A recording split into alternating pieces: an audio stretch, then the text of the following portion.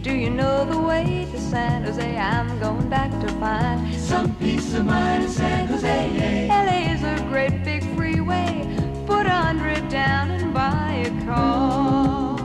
Chanteuse et batteuse des Carpenters, Karen Carpenter est la première star dont la maladie a été publiquement considérée comme étant la cause de sa mort.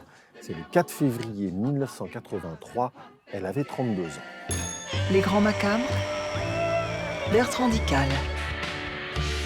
Après la mort de Karen Carpenter, il y a une polémique surprenante. Les médecins disent que la cause de l'arrêt cardiaque qui l'a tuée est une intoxication au sirop d'IPK utilisé comme vomitif. Mais son frère, Richard Carpenter, tient à faire savoir que sa sœur ne prenait pas de sirop d'IPK. Car si elle était anorexique, elle était une chanteuse professionnelle et n'aurait pas pris le risque d'endommager ses cordes vocales en se faisant vomir trop souvent. Mais qu'en revanche, il pouvait le certifier, elle prenait des laxatifs, beaucoup de laxatifs, et que jamais chez elle, chez ses parents ou dans ses chambres d'hôtel en tournée, on n'avait trouvé de bouteilles vides de sirop d'IPK. Alors le débat s'est porté sur la capacité de certains anorexiques à cacher les signes de leur anorexie. What do you get when you fall in love? You only get lies and pain and sorrow. So for at least until tomorrow, never fall in love again. On peut dire que personne ne savait qu'elle était atteinte d'anorexie mentale, mais tout le monde savait qu'elle avait un problème avec la nourriture. Quelques jours avant sa mort, elle retrouve un gros contingent de stars à un dîner.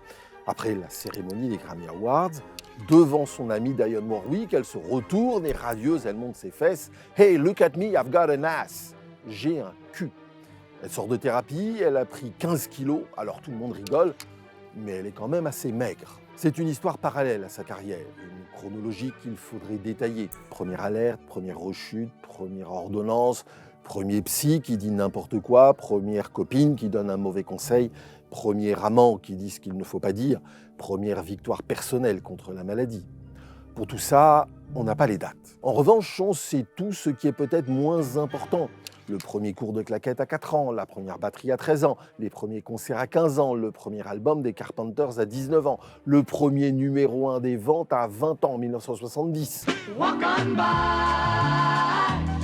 on by, foolish pride, that's all that I have left, so let me hide the tears and the sadness you gave me when you said goodbye.